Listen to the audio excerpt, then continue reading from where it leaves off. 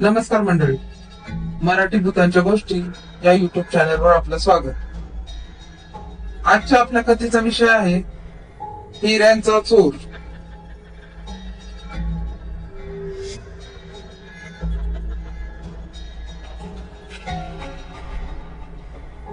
शांतीपूर गाव आपल्या नावाप्रमाणे शांततेत नांदत होते. पण एक दिवस असे काही घडले ज्यामुळे गावातील शांतता नाहीशी झाली. त्या गावात एक तांत्रिक आला होता आणि तो सरपंचाच्या घरात सापडला. तो लोकांना सांगत होता की मी त्या घरात असलेल्या एका दुष्ट आत्म्याला पकडण्यासाठी आत गेलो होतो. पण लोकांना वाटले तो ढोंगी आहे आणि चोरी करण्यासाठी सरपंचाच्या घरी गेला असावा, म्हणून गावातील लोकांनी त्याला मारहाण केली.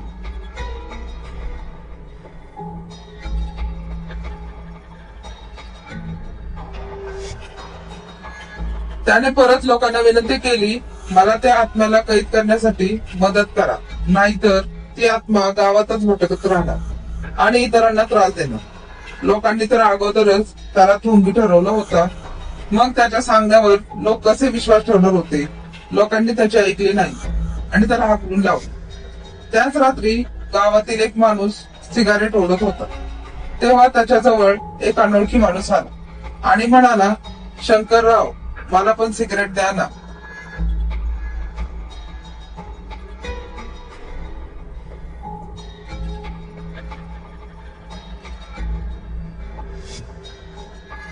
कोण आपण आणि मला कसे काय ओळखतात? मी तर तुम्हाला याआधी कधी पाहिलं पण नाही. शंकररावाने उलट प्रश्न केला. माझे नाव शामराव, मी आत्ताच या गावात राहणार, त्याने असे उत्तर दिले. पण तुम्ही मला कसे ओळखतात? शंकररावाने परत प्रश्न केला. मी या गावातील सर्व लोकांना ओळखतो. गावात राहणार म्हटल्यावर सगळ्या गावकऱ्यांची ओळख असायलाच पाहिजे, नाही का? शामराव शांतपणे म्हणाला.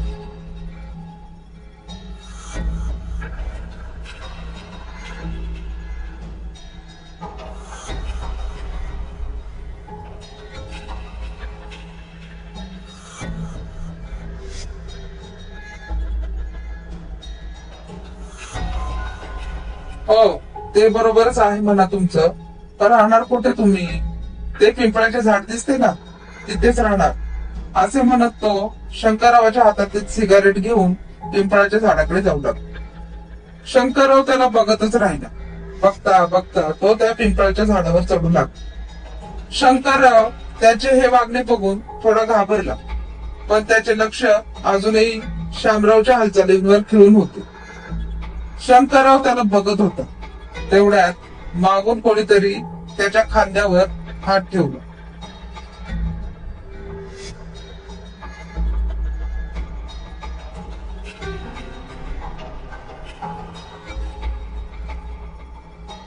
शंकररावाने वळून पाहिले तर मागे शामराव हातात बिडी घेऊन उभा होता. शंकररावाचे लक्ष परत पिंपळाच्या झाडाकडे गेले तर तिथे कोणीच नव्हतं. शंकरराव आता मात्र खूप घाबरले.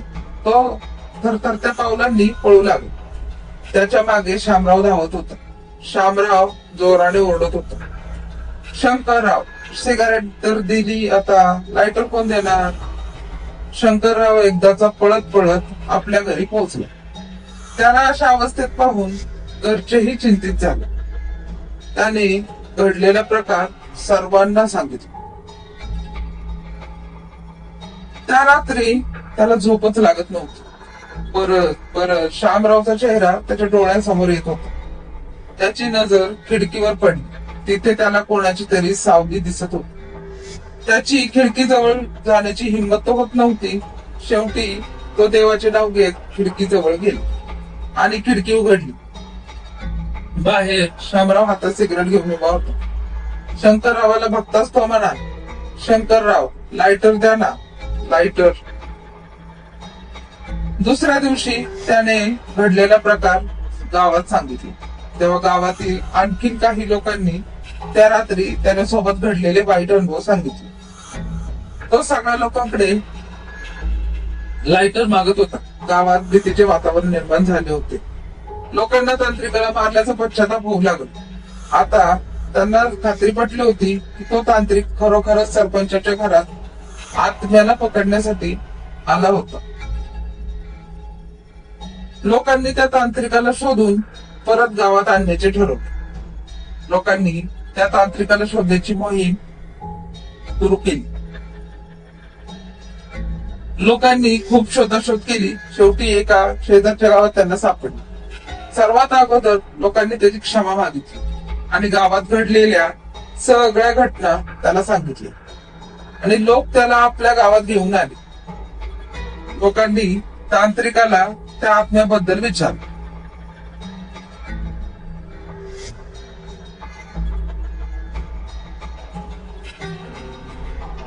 तांत्रिकाने एक लांब श्वास घेतला आणि सांगायला सुरुवात केली. शामराव आणि भीमराव हे दोघे भाऊ होते. त्यांचे वडील एक तांत्रिक होते. आपली विद्या त्यांनी आपल्या दोघा मुलांना शिकवली होती. वडिलांच्या मृत्यूनंतर भीमराव व्यसनाच्या आहारी गेला. तो आपल्या मित्रांसोबत सिगारेट आणि दारू पिण्यात वेळ वाया घालवायचा. दुसरीकडे शामराव आपल्या तांत्रिक विद्येत भर घालत होता. तो गावी गावी फिरून भटकत असलेल्या आत्म्यांना एका लायटर मध्ये बंद करायचा. एक दिवस शामराव कुठेतरी बाहेर गेला होता, म्हणून भीमरावाने पार्टी करण्यासाठी त्याच्या घरी मित्रांना बोलवले होते. मित्र आल्यावर भीमराव दारू आणायला बाहेर पडला होता. त्याचे मित्र सिगारेट पेटवण्यासाठी लायटर शोधू लागले. लायटर शोधता शोधता शामरावच्या खोलीत गेले. तिथे त्यांना लायटर मिळाला, पण खूप प्रयत्न करून सुद्धा तो लायटर पेटत नव्हता. लायटर पेटत नाही म्हणून रागाने त्यांनी तो जोरात जमिनीवर आपटला. लायटरचे 2 तुकडे झाले. तेवढ्यात तिथे भीमराव आला आणि जोराने ओरडला, हे काय केले तुम्ही? हा साधा सुद्धा लायटर नव्हता. या लायटर मध्ये एक दुष्ट आत्मा कैद होती. आता आपले काही खरे नाही, चला पळा इथून. भीमराव आपल्या मित्रांसोबत बाहेर गेला. त्या रात्री भीमराव आपल्या मित्राच्या भावाच्या भीतीने घरी गेलाच नाही. दुसऱ्या दिवशी सकाळी भीमराव घरी गेला. घराचा दरवाजा उघडाच होता. तो आत गेला तर त्याचा भाऊ जमिनीवर मृत पडलेला होता. तो मोठ्या मोठ्याने रडू लागला, पण आता रडून काय फायदा? त्याच्या चुकीने आपल्या भावाला गमावलं होतं. भावाच्या मृत्यूने त्याच्या मनावर खूप मोठा परिणाम झाला होता. त्याने ठरवले यापुढे दारू आणि सिगारेटला हात सुद्धा लावायचा नाही. त्याने आपले सगळं लक्ष तांत्रिक विद्येकडे केंद्रित केले. खूप दिवस कठोर परिश्रम केल्यावर आता तो सुद्धा आत्म्यांना कैद करण्याच्या विद्येत निपुण झाला. पण त्याच्या समोर आता खूप मोठे संकट उभे होते.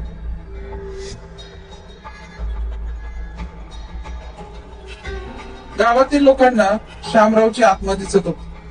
लोकांकडे त्याची आत्मा सिगारेट आणि लायटर मागत होती. भीमरावाने खूप प्रयत्नाने शामरावच्या आत्म्याला एक लायटर मध्ये कैद केले. दुसऱ्या दिवशी तो शामरावच्या आत्म्याला मुक्त करणार होता, पण तो लायटर कुठेतरी हरवला. कदाचित तो लायटर कोणीतरी तुमच्या गावात आणला आहे आणि त्या लायटर मध्ये असलेल्या शामरावच्या आत्म्याला न कळत बाहेर काढले आहे.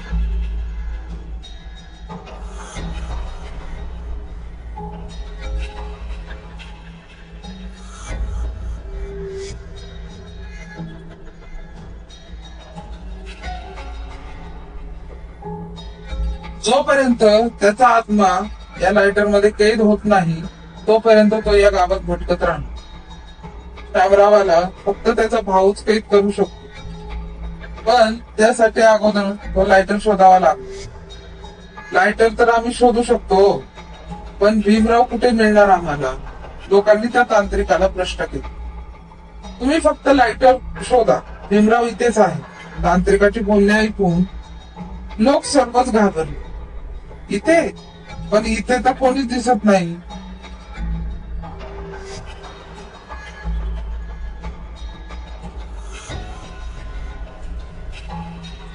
कुठे आहे भीमराव? तुमच्या समोर. होय, मीच भीमराव.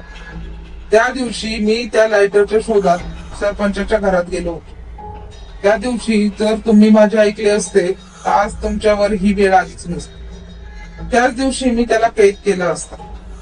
अजून ही वेळ गेलेली नाही. लवकरात लवकर तो लायटर शोधा, नाही तर अनर्थ होईल. लायटर शोधण्यासाठी लोकांना जास्त त्रास झाला नाही. लायटर सरपंचाच्या घरीच सापडले.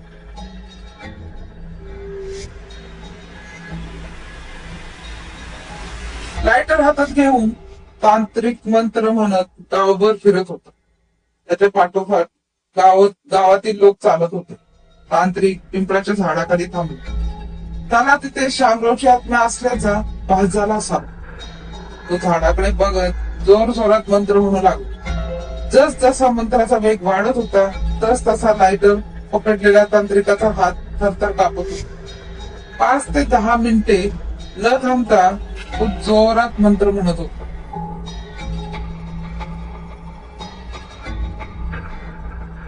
मंत्र म्हणता म्हणता अचानक तो शांत झाला आणि लायटर आपल्या पिशवीत ठेवला आणि म्हणाला, आता घाबरण्याची गरज नाही. शामरावची आत्मा लायटर मध्ये बंद झालेली आहे. इतका वेळ शांत असलेला सरपंच त्याला म्हणाला, नीट ठेवा तो लायटर, नाहीतर परत बाहेर नाही आली पाहिजे त्याची आत्मा. तांत्रिक म्हणाला, तुम्ही काहीच काळजी करू नका सरपंच साहेब, ती आत्मा आता कधीच बाहेर येणार नाही.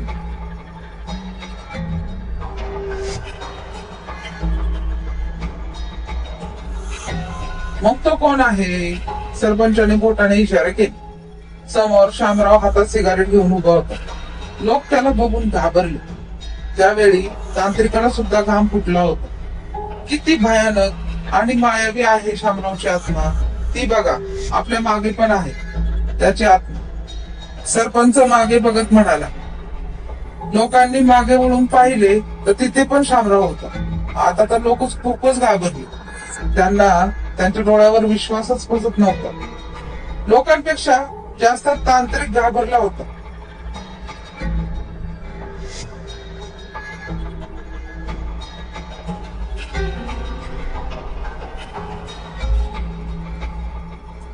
लोकांना घाबरलेले पाहून सरपंच म्हणाला, घाबरण्याची गरज नाही. इथे आत्मा वगैरे काही नाही. हे दोघे जुळे भाऊ आहेत, शामराव आणि भीमराव. मग हा कोण आहे? लोकांनी तांत्रिकाकडे बोट करत विचार. सरपंच, हा एक हिऱ्याचा चोर आहे. परदेशातून ह्याचे साथीदार लायटर मध्ये काही हिरे लपून इथे पाठवत. रात्री पोलीस त्याच्या मागे लागले होते, म्हणून याने लायटर खिडकीतून माझ्या घरात फेकून दिला होता. तोच लायटर घेण्यासाठी हा दुसऱ्या दिवशी तांत्रिकाचा वेश घेऊन माझ्या घरात घुसला होता. त्याच दिवशी मला तो लायटर खिडकीजवळ सापडला. तो इतर लायटर पेक्षा वेगळा होता आणि पेटतही नव्हता. म्हणून मी तो उघडला, त्यात मला हिरे सापडले. मी लगेच पोलिसांना फोन केला.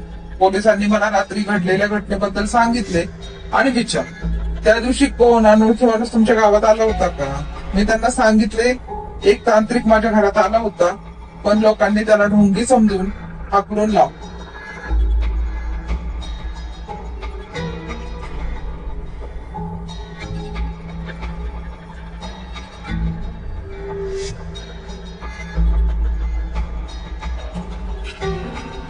पोलिसांनी माझी बोलणे ऐकून खात्री पटली की तो चोरच तांत्रिक म्हणून माझ्या घरी आला होता. पोलिसांना माहित होते की तो लायटर मध्ये असलेले हिरे घेण्यासाठी परत नक्की येणार या गावात. मग पोलिसांनी आपले काही गुप्तचर या गावात पाठवले. त्यांनीच या जुळ्या भावांचा पडदा उघड केला.